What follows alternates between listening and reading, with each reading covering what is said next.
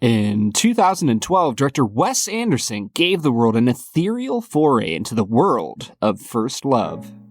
In 2022, we take a trip to a small Kentucky distillery. The film is Moonrise Kingdom. The whiskey is Wilderness Trail Small Batch. And we'll review them both. This is the Film and Whiskey Podcast.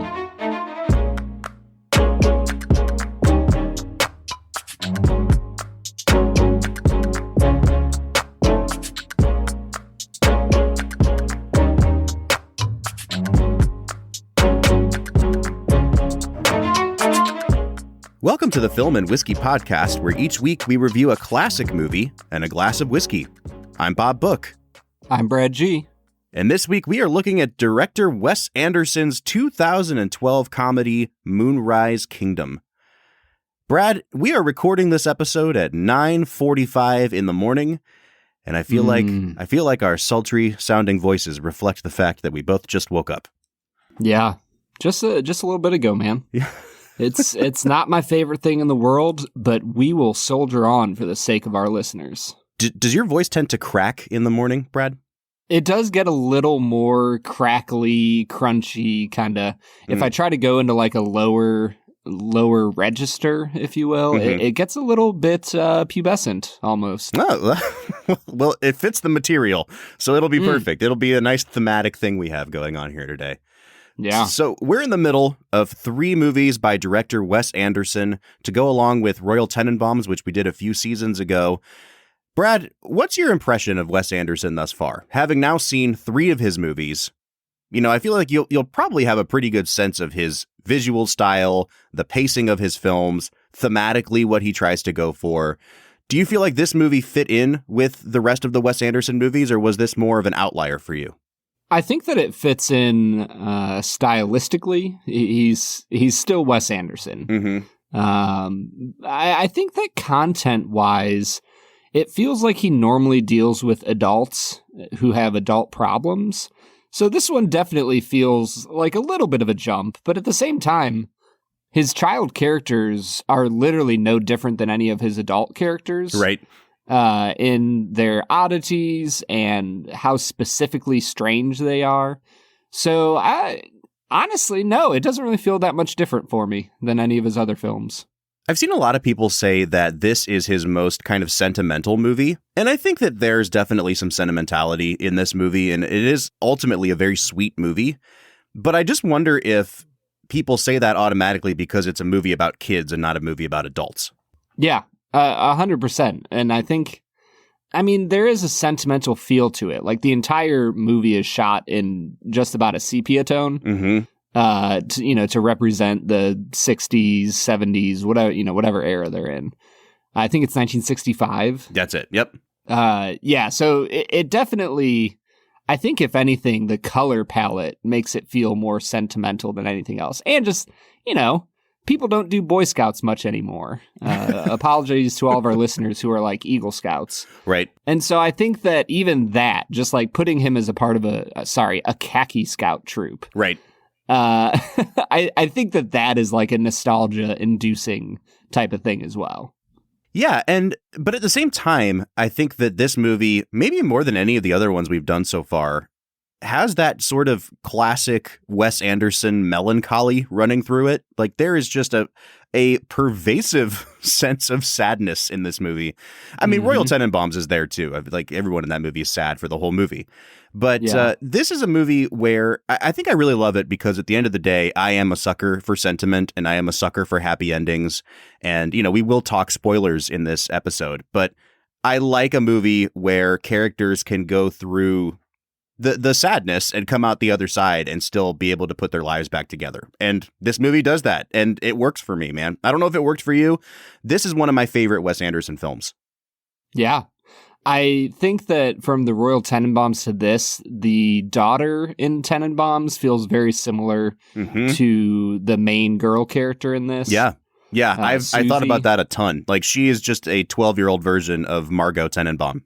Yes. Right down to the eye makeup. 100%. Yeah, so I think it's still Wes Anderson, like very clearly. All right, man. Well, let's do this. Since it was your first time seeing the film, we're going to segue into America's favorite segment, which we call Brad Explains. But before we get there, we do want to say, whether this is your first time listening to the podcast or you're a longtime listener, we'd love to encourage you to go over to our Patreon, patreon.com/filmwhiskey, where you can support the podcast at 3 different tiers, a $3, $5, and $7 a month tier. At each tier, you get a ton of bonus perks. At the $5 and $7 a month tiers, you get some really, really good stuff. I got to say, Brad, the people hear us get a little bit blue with our material. Mm-hmm. They get bonus episodes that are specifically tailored for them. But hey, maybe you just want to join at the $3 level. No matter what level you join at, you do get access to a special Discord server that we are on every single day, talking to the members of the Film and Whiskey Patreon. So be sure to check us out, patreon.com/filmwhiskey. Brad, let's get into Brad Explains, the part of the podcast where you will break down the plot of the movie that you've just seen, often for the first time. We've put 60 seconds on the clock. Can you explain to our listeners the plot of Moonrise Kingdom? Sam and Susie are 2 young children in the 1960s who fall in love. They meet at a kids' play version of Noah and the Ark. They become pen pals, they fall in love, and they make a plan to escape their terrible lives. Sam as a foster child, and Susie as a problem child for her parents. The movie follows them as they escape on this island. The parents are trying to find them with the help of Sam's khaki scout troop, led by the inept Edward Norton. And they get caught. And they fall in love. Oh, and then Bruce Willis adopts/fosters Sam. There you go. He's a junior policeman. There you go. Yeah, there you go, man. That's it. All right, Brad, let's go ahead and talk about the performances in this movie. It's where we usually start here. And this movie really is anchored by 2 child performers, Jared Gilman as Sam, Kara Hayward as Susie. I'll let you pick. Who do you want to talk about first? Let's start with Kara Hayward. Yeah, go for it. I think she's absolutely fascinating. He asks her to do a lot with her performance, and I would say for the most part, she's like B to B plus. Yeah. There's a few moments where you can tell that she's a child delivering lines that she memorized.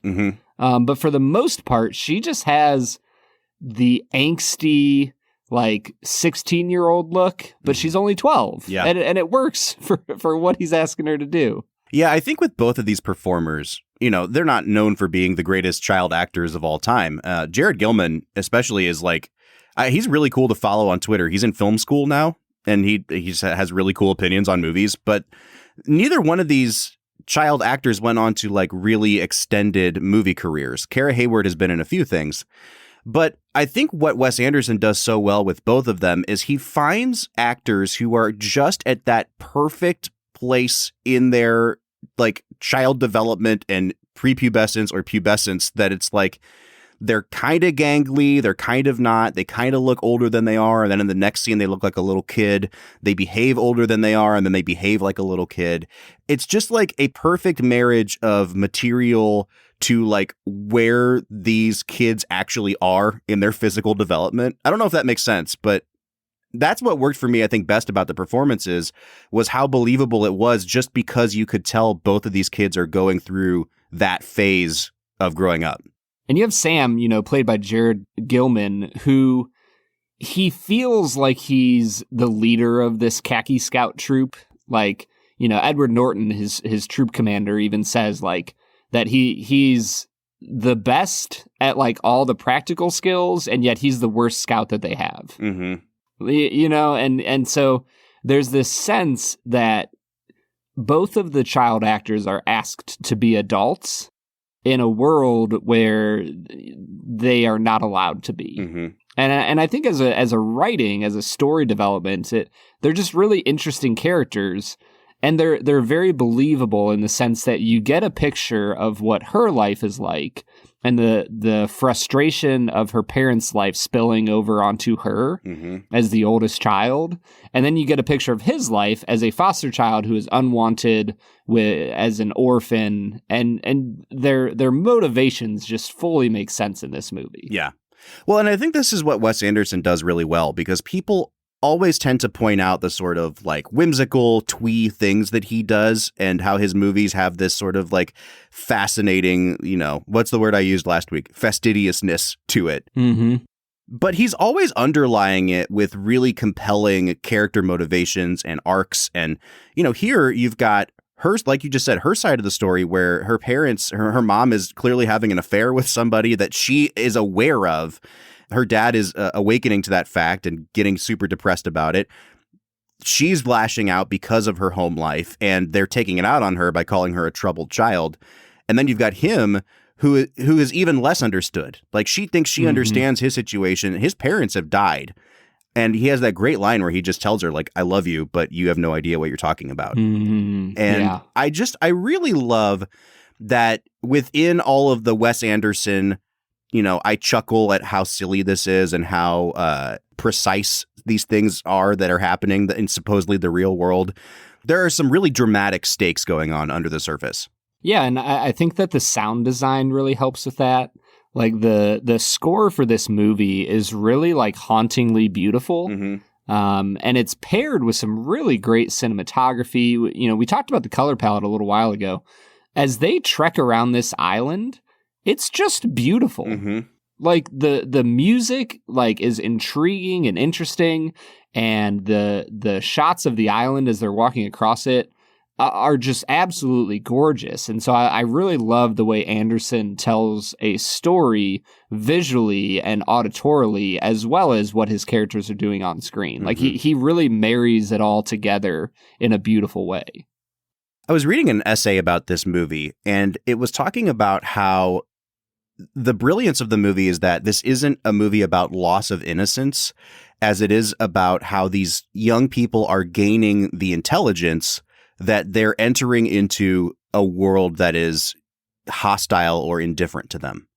And I really loved that, because so many coming of age movies they try to manipulate you. They try to make you cry because these kids are growing up and they're losing their innocence or whatever. This movie, it really deals more with that sort of like the crushing realization that I am not a kid anymore, and what I am entering into, what I'm becoming aware of around me, is actually like really sad and really hard to deal with. And it's really embodied by Susie having this conversation with her mom when she's first rescued and her mom's giving her a bath and she's telling her mom, I hate you. And Frances McDormand, as her mom, is saying like, oh, you don't mean that. And she's like, I absolutely do. I'm trying to hurt you right now. And it comes down to her saying, I know what you do with that dumb, sad policeman. And Frances McDormand just sits back, and there's just this really pregnant pause. And she just says, he's not dumb. And it's a joke, but it's not, because like Bruce Willis is a really, really sad sack of a person. And everybody in this movie, everyone who's not a child in this movie, you can tell has this sense of loneliness, has this sense of longing. And I think the brilliance of what Anderson is doing here, he's setting these kids up as kind of like taking their last stand against what's looming there for them. Like, they know that they're entering into a phase of life where they're going to become older and become just as sad as everybody else. And they're planning their escape from that. And I think it's a really, really great way to structure a coming of age movie. Well, and on top of the idea of escaping, everyone who has been a human for any amount of time knows that an island is something of like a trap.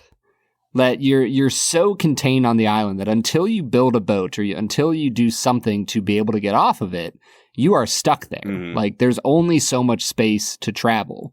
And so even the plot device of them, living on an island of the Khaki Scout troop, setting up camp there for the whole summer, like it's this sense of it adds to the sense of them being trapped in this future where like, you can tell, like, Sam is going to end up as the Khaki Scout troop leader eventually.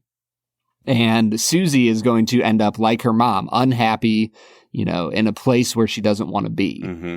And so Anderson just does a really phenomenal job of hammering home that point with every choice he makes about the movie. All right, let's transition to talking about the adult, supporting characters here. And I guess I kind of want to go from like least important to the movie to most important to the movie. So starting with, Jason Schwartzman, who shows up for a minute and a half in a really funny little performance. And then you've got Bob Balaban, who functions kind of as like the muse or the narrator of the movie, making his second appearance this season after Close Encounters a few weeks ago. And I have nothing to say about either of them. They're great. I love having them in the movie, but they have absolutely no impact on the movie. Yeah, there's not much going on there. The narrator is, I will use the word for once, he is like the embodiment of Wes Anderson's quirkiness. And I think he does a phenomenal job with it, but he doesn't necessarily draw me in a ton. I think the thing that I love is that his name is narrator, and that Tilda Swinton's character's name is social services. I love how she just keeps referring to herself as that, too.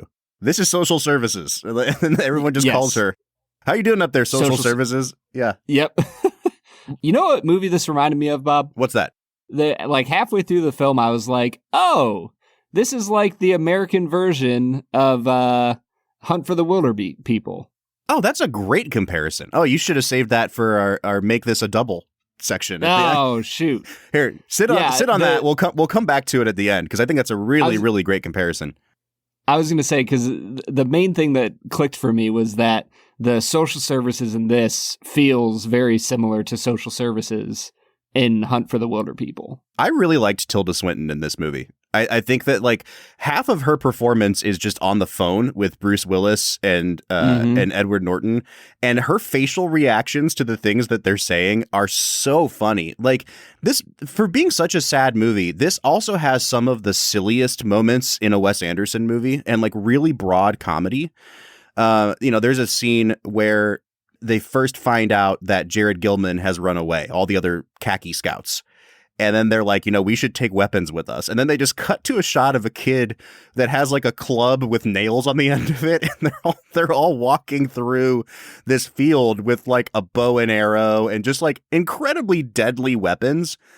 And that comes back at the very end of the movie where they're all trapped in this church.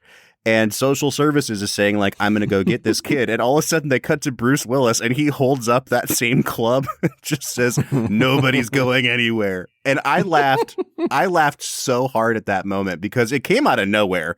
And it was such a great callback to earlier in the movie.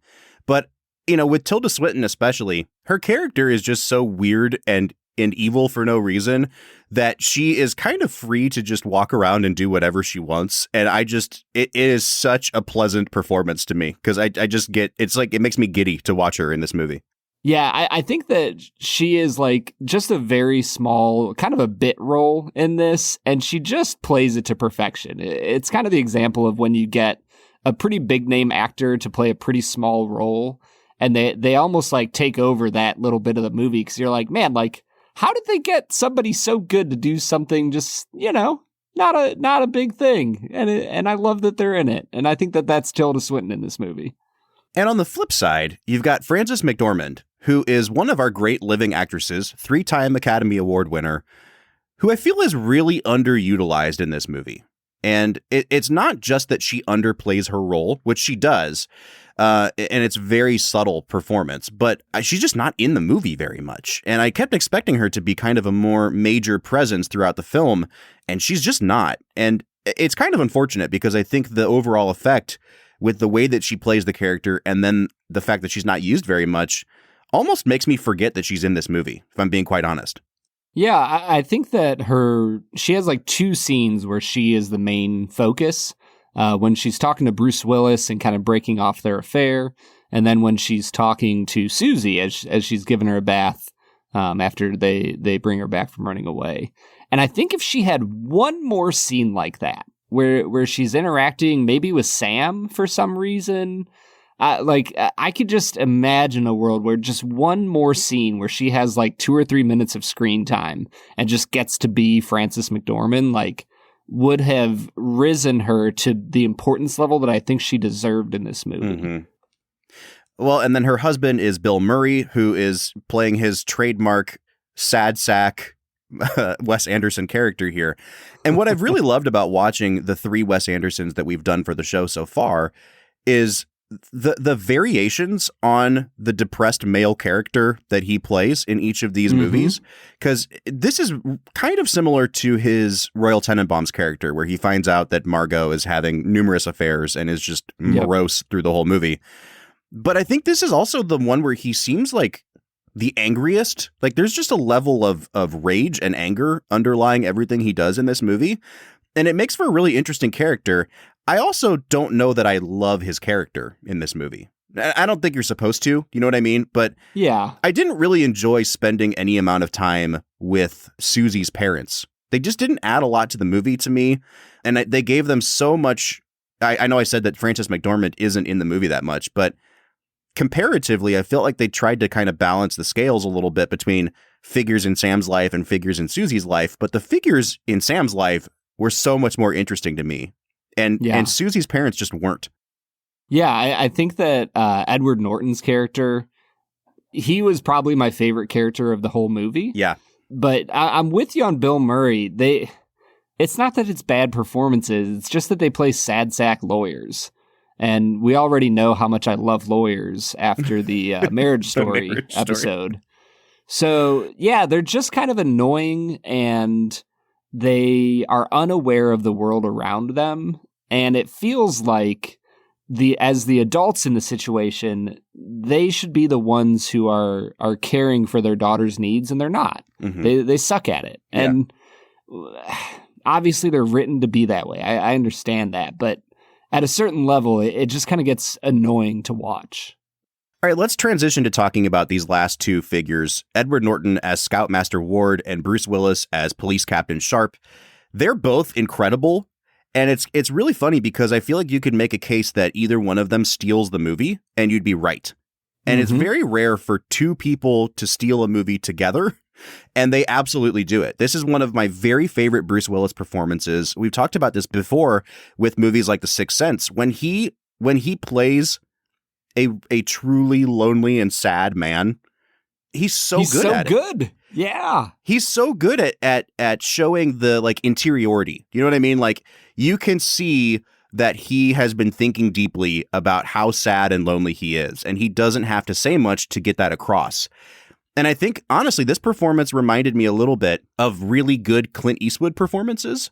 There's a moment where they're sitting in the trailer together. It's him and Jared Gilman, and Jared Gilman asks him, like, were you ever in love once? And he says, yes, I was. And he said, what happened? And there's a pause, and he just says, she didn't love me back.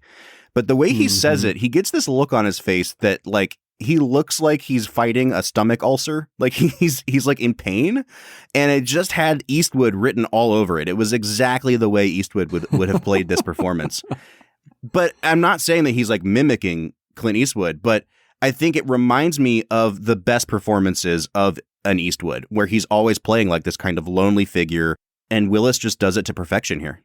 Bob, you know what I just realized? You talking about Bruce Willis in that scene in the boat with Sam made me realize there's a massive similarity between Wes Anderson and Steven Spielberg that I completely overlooked. What's that? They love to give their underage actors alcohol. They sure do, man. We had it in Rushmore. We have it here in Moonrise Kingdom. We have it in E.T. It's just like a continual trope in these directors of ours. I love that they make a joke out of it in this movie, though. And I can't remember exactly what Bruce Willis says, but he says something like, we've got to find a way to make you stop doing so many dangerous things. And then he's like, you want to split this beer with me? It's like the next line. All right. Do you have anything else you want to say about Edward Norton before we go to break? Because I think you're right. He's every bit as good as Willis here. And the two of them really do walk away with this movie. Yeah. With Norton, he just plays like what you kind of wish every scout leader was like. Mm-hmm. Like he knows what he's doing and he teaches them good skills, but he also kind of lets them get away with a lot. And I absolutely love the way he's written. And Norton's performance is just spectacular on top of that. So in this essay I was reading, they were talking about, how Sam and Susie are running away from this world where parents are trying to control them, where every structure around them all of the adults are trying to force some measure of control on them. And that it's not that they're opposed to growing up. It's that they're opposed to being controlled. They just want to do things the way that they want to do them. And I think it's really exemplified in Edward Norton's character, who is probably the most sympathetic adult character throughout the movie. And, until you get to the end with Bruce Willis. But he has that great scene where after they rescue Sam and Susie, he goes below deck and he's talking to Sam. And he basically tells him, like, I'm so sorry. I didn't know that your parents had died. It wasn't in the register. And he tells him what a great job he did on his campsite. And it's his way of trying to tell him, like, I care about you and I recognize you and I want to praise you. But then the way he responds to that, his next line is, you really don't want to be a khaki scout anymore? And Sam just says no. And you can tell Edward Norton does not understand that. Like, and what Sam is saying is like, hey, man, I like doing this. I am rebelling against the idea of being controlled. I'm rebelling against these strictures you're putting on me. And I think it's such a beautiful moment because they don't come right out and say it, but you can see it in the way the two characters interact, and you can really tell it in the way that Edward Norton is giving that performance. Oh, it's my favorite scene in the movie. And I think you can tell that Edward Norton in that moment is kind of like making a bid to be Sam's father figure. Mm-hmm. Like, hey, I have all this to offer you. And I think you're really good at this and it could be a life for you. And it's, once again, it's Edward Norton trying to give purpose to his own life by giving purpose to someone else's life, which some people might look at that cynically. I genuinely think that that's a perfectly fine motivation. Yeah. I think it's good to give your children purpose in life. So I love that scene, and you can tell that Sam's like, no, I've set my course with Susie, and I'm in love with her, and we're gonna make it happen no matter what it takes. And being a khaki scout does not fall in line with that. And I just, like you said, it's in the way the characters interact with one another that was the most emotional scene for me in the whole film. Well, and it really underscored, without being mean to any of the characters, that like even the best intentioned adults can't wrap their brains around a world without those rules. You know what I mean? Mm-hmm. He was trying his hardest and he still couldn't do it. So, all right, man, I think we're in a good spot to hit pause here. Let's try this Wilderness Trail small batch bourbon. What do you say? Let's get to it. All right, so today we are checking out Wilderness Trail small batch bottled in bond bourbon. Brad, Wilderness Trail is a distillery located in Danville, Kentucky, which was not too far from where we were living when we lived in Kentucky. Yeah. It was founded in 2013, and when it was founded, the two founders of the distillery said, our first product will be a bottled in bond bourbon. And so they sat on their product for 4 years and just sunk all these costs into putting out a really good quality whiskey. And man, I gotta say, like, what I've heard about Wilderness Trail, and we've never had their products on the show before, so I'm really excited, is that they're just doing things the right way. And they're doing things kind of the hard way, and they're doing it that way on purpose. And I really, really love that about them. Their whiskey is all sweet mash whiskey. And I know we've talked about this before on the podcast. Brad, do you remember the difference between sour mash and sweet mash? I do not at the moment. All right. So sour mash is basically when you think about like making sourdough bread, you have like a starter, and they take a strain of the yeast, the sour mash from each batch of whiskey that they make, and they put it into the mash of the next batch. And because of that, there's like a consistency. It ferments at the same kind of quality, and I'm probably getting some of the scientific aspect of it wrong, but it provides consistency from batch to batch. And they're not doing that. They're doing a sweet mash, which means that they're starting with a completely new set of yeast and fermentation in each batch. It's much harder to do, especially when you're shooting for consistency. The only other one that I remember that we've done on the show that is a sweet mash whiskey is Kentucky Peerless. They do it that way as well. But Wilderness Trail was doing it that way a few years before Peerless came back on the scene. So I love that they are doing things with like the most labor involved, and just because they want to produce what they think is going to be the best quality whiskey. Yeah, I think that there's a reality where we might not always acknowledge it, because in the end, we just want to drink good whiskey. But the issue is it takes hard work to make good whiskey. And you can shortcut the process. You can do different things to make it easier. And you can do things like you were saying with the type of mash that you use that, everybody does. It's not a big deal to use a sour mash over a sweet mash. Like, a lot of people do it. Everybody does it. I was going to say everybody 99% of them do it, yeah. But the willingness to go the harder road earns them some respect, regardless of what the product is. And, having drank it already, I will say, Bob, I'm a big fan of their product. I have not drank it yet. I'm trying it live on air today. So before we dive in, I will say that the mash bill here is 64 corn, 24% rye, and 12% malted barley. So it's a high rye mash bill. They also have a wheated mash bill, which we're not going to get a chance to try this season. It's like the same mash bill, except for they sub out the rye for wheat. So it's 64 corn, 24 wheat. It's a small batch of 12 to 15 barrels. So it's a pretty significantly small batch here. I'm really excited to dive into this, Brad. And as I take my nosing, why don't you go ahead and give your notes on the nose? Yeah, Bob, it's interesting that this is the rye version, because for me, the nosing here was cherry. I thought that I got a bit of a wheat nose to it, caramel, vanilla, some of the traditional bourbon flavors. I gave it a 7.5 out of 10. I was really intrigued by this and kind of excited to see where it would take me. Yeah, this is really like cherry heavy, and I get lots of berries on this as well. Like, it's almost like a blueberry note that I'm getting on this, which is something I've never, ever gotten on a whiskey. And then just tons of pepperiness. I'm not getting a lot of baking spice here. It's like black pepper, strawberry, blueberry, dark cherry.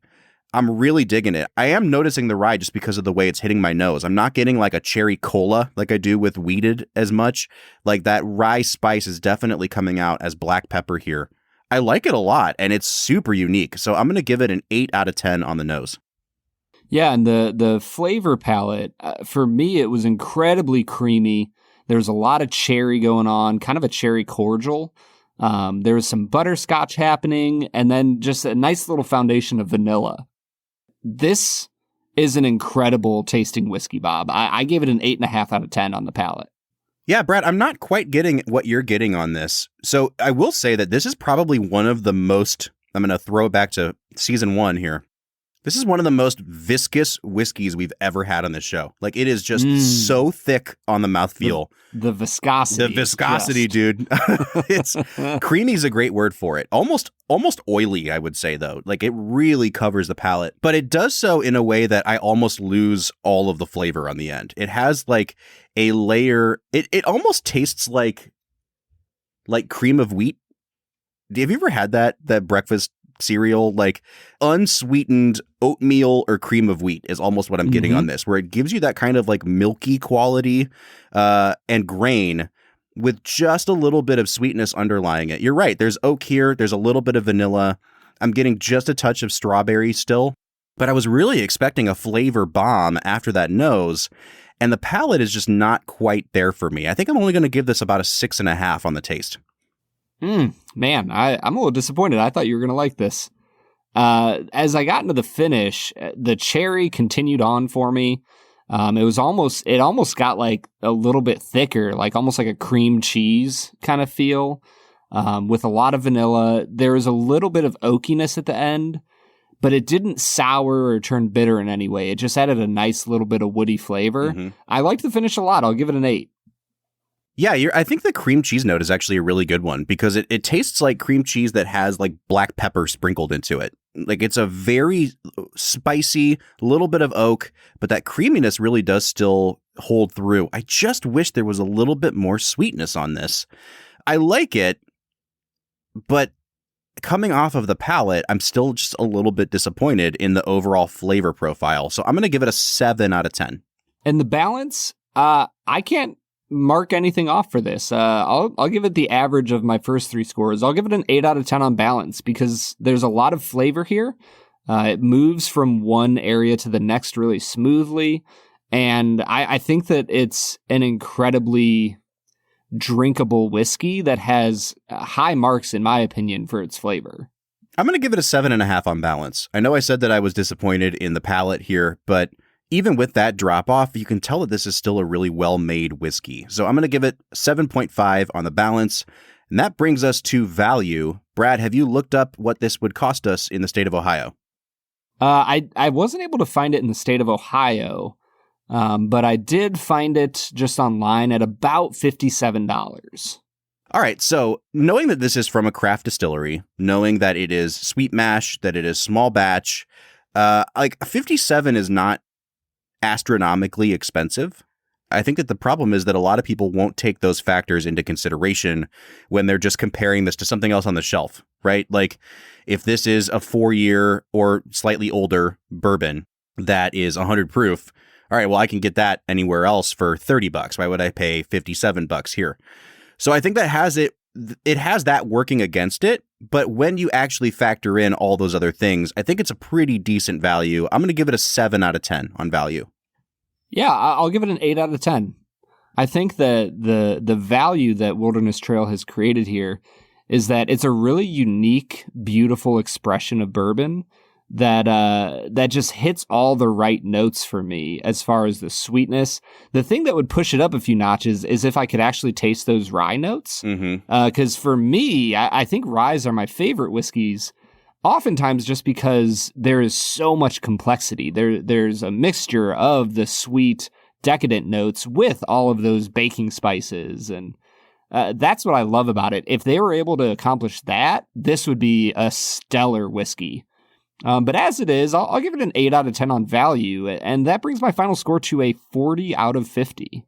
Wow. All right. So that brings me to a 36 out of 50. So our average score is a 38 or a 76 out of 100. I think that's a good place for this, Brad. It's not my favorite flavor profile, but among craft whiskeys, you can tell that they really, really put the effort into this one. I don't know really how else to explain it unless you've drank 250 whiskeys or whatever it is that we've drank. Like it's not checking all of my favorite boxes, but you can just tell that they put all of the labor into this. Bob moving. Ooh, this is my favorite moving box. Big fan.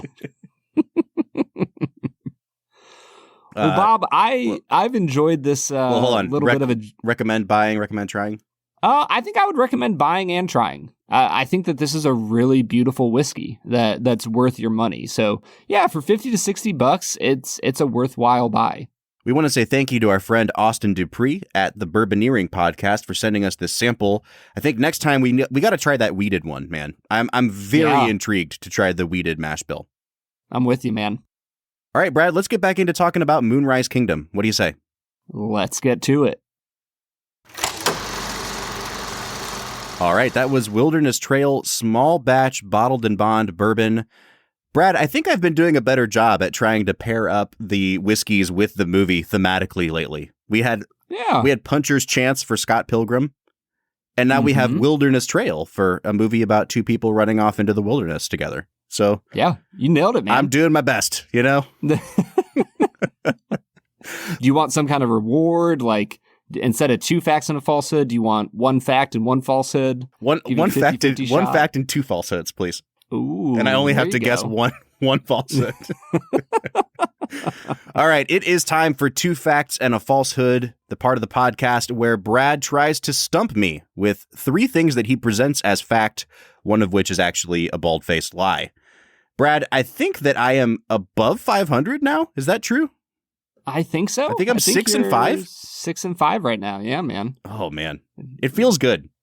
Yeah, I'm glad for you, dude. I enjoy when you feel good about your life. Hey, thanks, man. All right, well, do your best to wreck that feeling. Yeah, well, fact number 1, you're gonna like this, Bob. He comments on it similar to the way you talk about licorice pizza. Commenting on the film's connection to the first time he fell in love, Wes Anderson has said, well, what I wanted to do is recreate the feeling of that memory. The movie is kind of like a fantasy that I think I would have had at that age. Like when you're 11 or 12 years old, you get so swept up in a book that you start to believe that the fantasy is reality. Fact number 2. The number of their troop number 55, stems from Anderson's own experience with Boy Scout troop number 555, located near Houston, Texas, where Anderson grew up. According to Anderson, Edward Norton's character is based completely on his own troop leader, who was, quote, clueless, inept, and completely sincere. Fact number 3.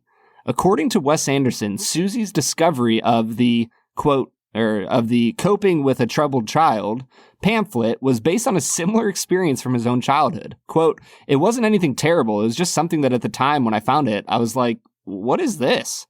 I immediately knew who that troubled child was, even though hypothetically it could have been someone else. Brad, I have absolutely no idea which one of these is a falsehood, because they all seem very plausible. I think a lot of this could have happened in Wes Anderson's life. Do I think Wes Anderson was a Boy Scout is the question.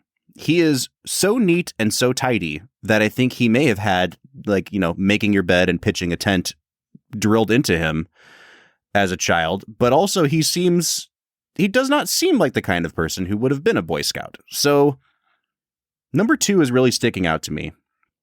Number 3, oh man, I don't know. I think I'm just going to have to pick a random number and go with it because I have no idea. You got a 33% chance, Bob. I sure do. I'm going to say, I don't know. I'm going to say number 3 is the falsehood. Bob, number 3, the Coping with a Troubled Child find as a child is a truth. Ah, all right. Yeah, that actually happened to him. The falsehood was the number of the troop number 55 coming from his own experience. So did he have an experience, or did you make the whole thing up?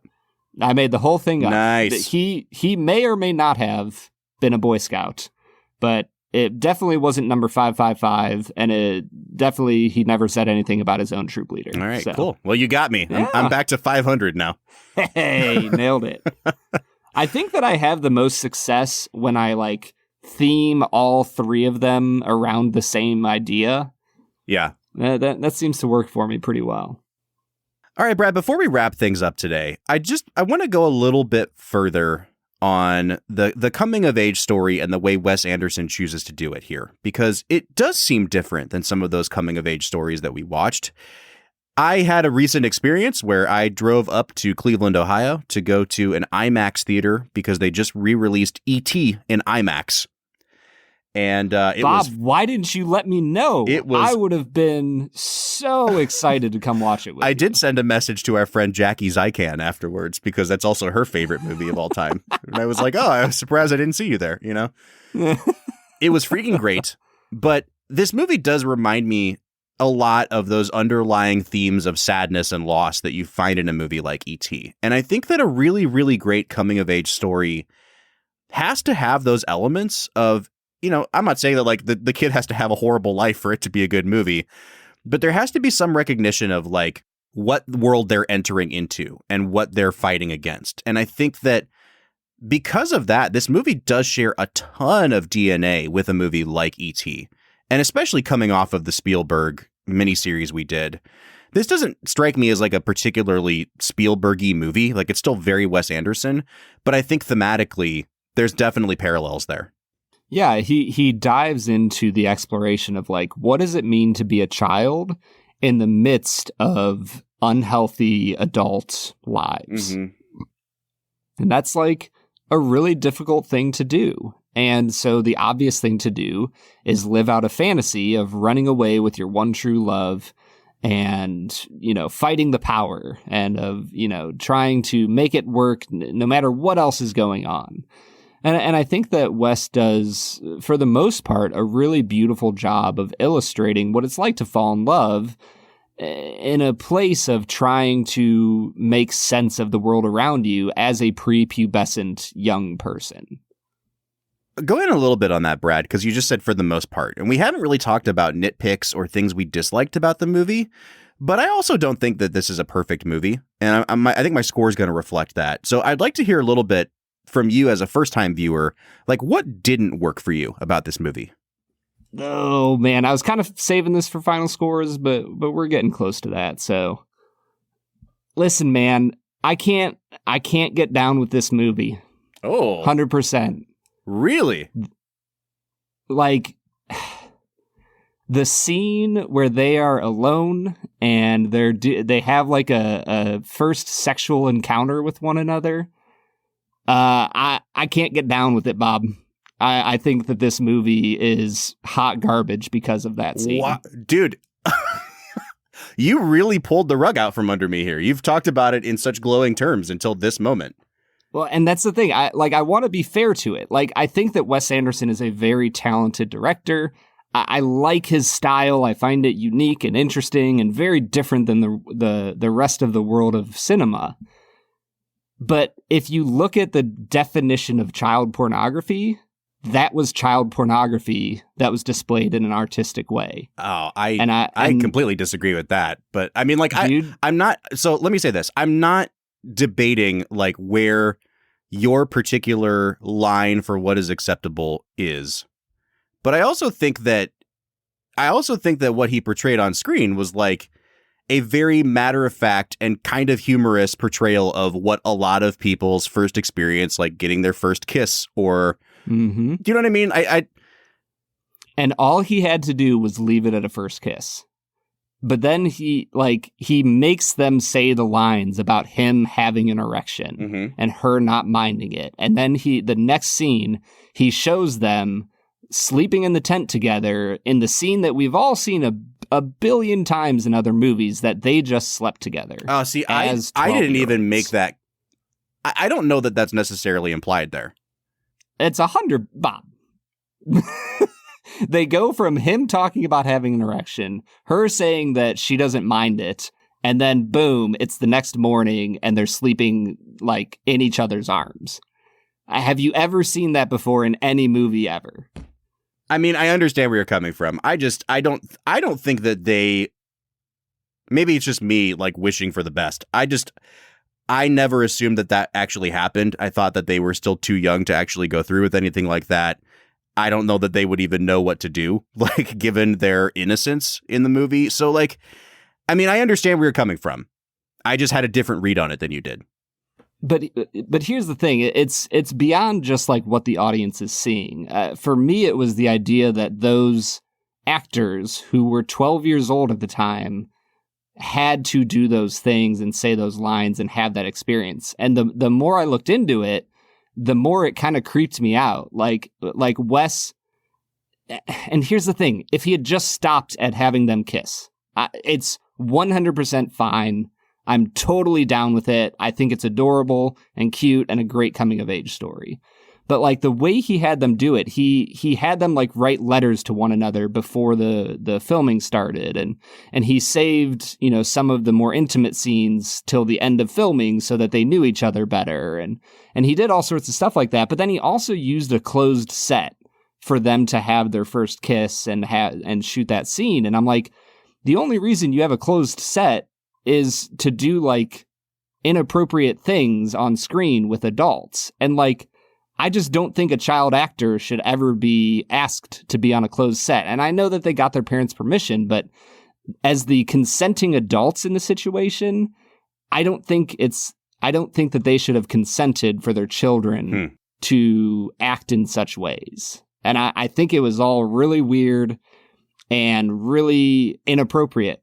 And I've been really struggling with this movie ever since. Because I think it's child pornography dressed up as an artistic coming of age story. I honestly don't know how to respond, because this is like so blind. You gave me no indication about this until just now, and I feel like this episode has gone very sideways as a result. But I respect your opinion.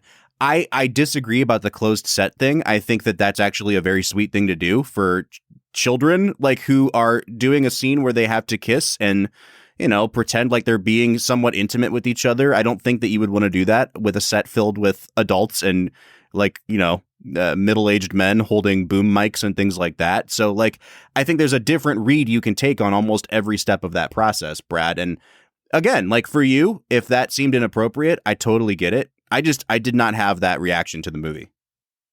Yeah, I like I said, I didn't want to like get into it right away because I knew it would just derail the entire episode. And as I said, I like Wes Anderson. I just think that what he and the other adults in this situation did here was not. It wasn't good, bro. Wow, it was really not good. Well, I really hate to steer into let's make it a double then, because this seems like a huge downer of an episode now.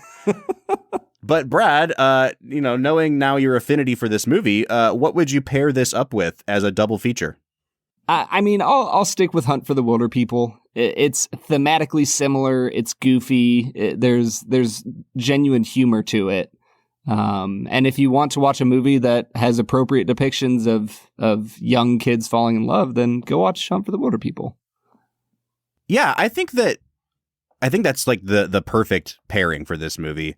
I was also thinking of a movie like Up, the Pixar movie where there's a young kid who is, I think that kid is also in the foster system in the movie, and pairing up with a lonely old man and finding community and a home with him. I think that that's also a pretty obvious like comparison. At the end of the movie, I really loved that scene where, things have been made right, and Jared Gilman is coming to visit Susie's character in his little police uniform and says, "I'll see you tomorrow," and they all run off together. And the last shot of the movie is it pans down and shows that he was painting that little inlet that they escaped to. And it's this memory of like, remember that summer that we shared together, and how that was the summer that we all grew up. And that reminded me a lot of a very different and much heavier movie, which we watched way back in like season 1, I think, To Kill a Mockingbird. And I really loved the end of that movie. I've always loved the ending of To Kill a Mockingbird after everything that's happened. And, Jem is in bed, and Scout has that narration where she says that Atticus was there for Jem all through the night, and he was there when he woke up in the morning. But she also talks about how, that summer was the summer that they all grew up. And so it really reminded me of that. I think if you wanted to go for a more dramatic route, you could definitely go with To Kill a Mockingbird. But I think we've got 3 pretty good double feature offerings here. Yeah. Talking about the watercolor, he also paints a minor nude, Bob. And they show it. Dude. They show it on screen. Dude. I'm just saying, man. I don't know why any adult would be portraying that on screen. All right, let's do final scores. I want you to go first, because I have no idea where you're actually falling on this movie now. It sounds like you really liked 98% of the movie. Yep, I did. I would probably give it like an 8 or an 8.5 out of 10. And I'm going to leave this up to you, Bob. Do you want me, based on principle, I genuinely think that there is child pornography in this. So I'm either going to not score it or give it a 1. And that's up to you. You can choose whichever route you want me to go on that. I think it would be better if you don't score it then. Okay. I'm in. Yeah, no score. No score from Brad. That's a first in the Film and Whiskey podcast. It really is. It really is. I'm going to give it an 8.5. I think it's a really good movie. It's really nice now that I don't have to do any sort of average. I just, my score is the Film and Whiskey score. So I'm going to give it an 8.5. Brad has labeled it as pornography, which is a incredibly spicy take, but that's your opinion. So let us know what you think. I would really like to read the fan mail after this one. Here's the thing, Bob. We've watched pornographic movies before, and I've still scored them. Beale Street is one. They show a sex scene, which is fine. It's adults doing their thing. This is labeled as child pornography, and I understand where people come from where they say it's not. It's less about what you see on screen and more about what those children were asked to do as minors. That I don't know. I know I'm beating a dead horse at this point. I understand what you're saying. I think that there is. I think that we could do a bonus episode, or just a person-to-person conversation one of these days about how we define the word pornography. And I don't think that necessarily just depicting sexual acts on screen is pornography. I think there's an intent behind it. I think that there is an exploitative nature behind it. I don't think this movie qualifies as it. I definitely don't think Beale Street would qualify.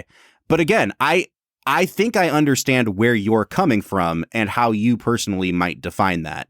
I just don't see it here. And so again, we got to wrap the episode up. I'll say this: if you would like to write in, or call in, or leave a comment on how you see this film, which I will say is like 98% a very charming children's film, or film about children, and 2% apparently objectionable material, I'd like to know what you think about the whole movie, and particularly on this debate that we've just had. You can find us on our social media accounts, Facebook, Twitter, or Instagram @FilmWhiskey. Or you can jump into the conversation on Discord. I would imagine that we will be talking about this when it releases. So jump on our Discord. You can find a link to it at the end of every single one of our show notes. Next week, we will be back with one of our most favorite guests on this podcast, Patrick H. Willems, talking about what might be his favorite Wes Anderson film, 2014's The Grand Budapest Hotel. But until then, I'm Bob Book. I'm Brad G. And we'll see you next time.